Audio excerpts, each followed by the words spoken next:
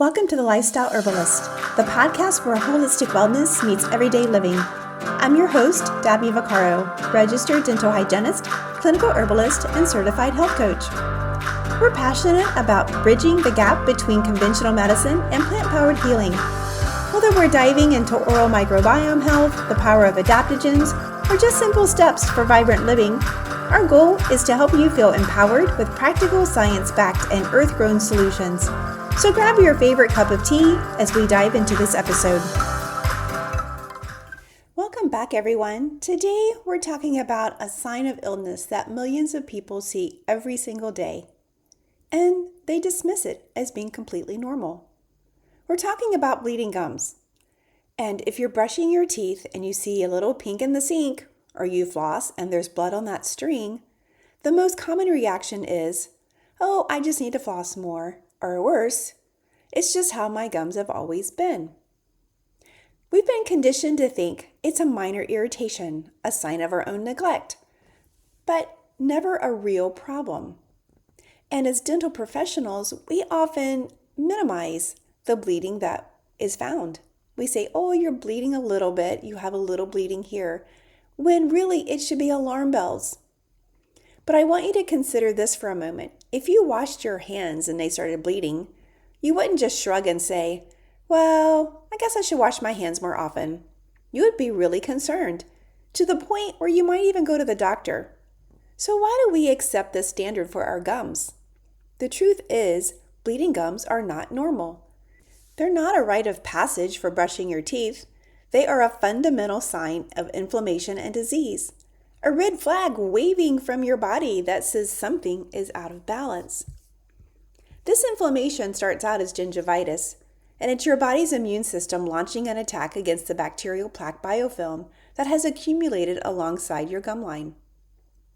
It's a battle, and the bleeding is the battlefield. And if the battle isn't won, it can escalate to a irreversible gingivitis known as chronic and destructive periodontitis. Gingivitis is reversible, but periodontitis is not. And it has been linked to systemic health issues far beyond the mouth. But here's the critical point I want every listener to understand. Resolving this inflammation is almost never as simple as just going to the dentist or the dental hygienist for one cleaning. That professional cleaning is essential. It's like calling in an airstrike on the enemy fortifications. It removes the hardened calculus that you can't brush away, but it doesn't change the environment that allowed the enemy to build that fortress in the first place. The real lasting cure requires a partnership, a detective story where the clinician is the guide, but the patient is the primary investigator. Because the root cause of gum inflammation is multifactorial, it is a complex problem and a puzzle unique to each individual. Your hygienist or periodontist can guide you, but the hard work of discovery happens in your daily life.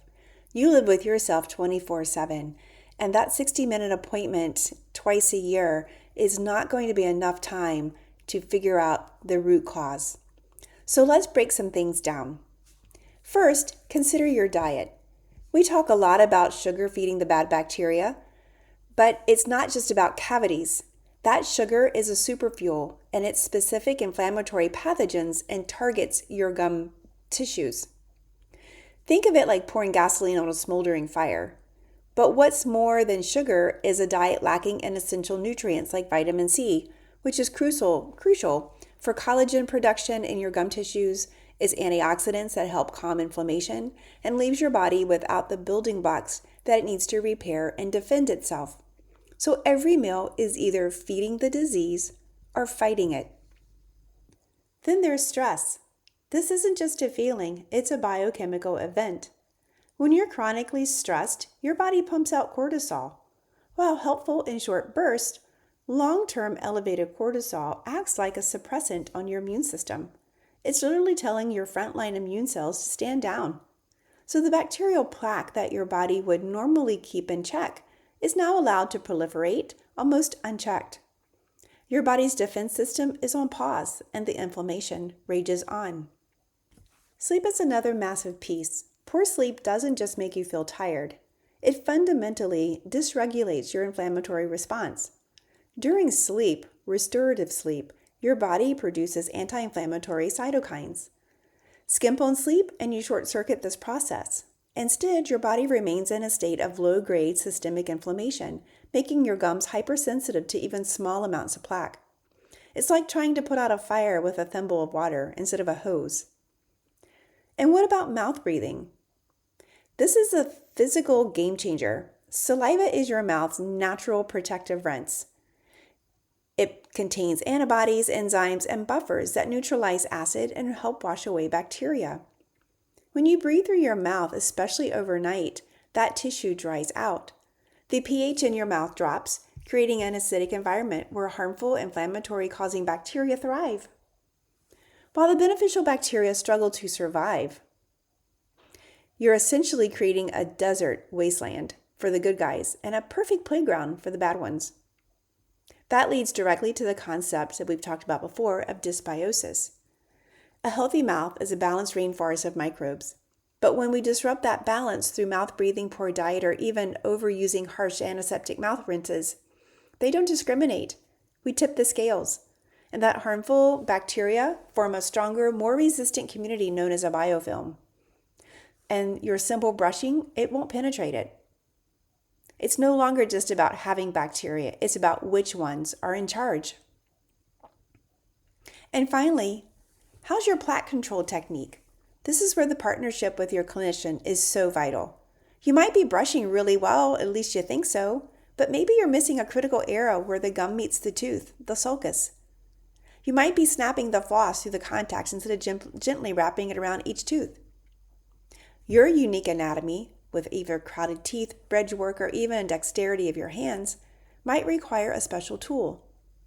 Water flosser is a great tool, along with an interdental brush or a little soft pick, to effectively disrupt that bacterial biofilm. It's not about working harder, it's about working smarter, with the right strategy for your mouth. You see, it's never just about one thing, it's a cascade. A stressful week leads to poor sleep, which weakens your immune response. It makes your gums more vulnerable to that bacteria fueled by your sugary comfort food. It's a cycle. But the empowering part is that by understanding these connections, you can start to interrupt that cycle. You become the detective in your own health, gathering clues with your clinician to find out the root cause and not just treat the symptom.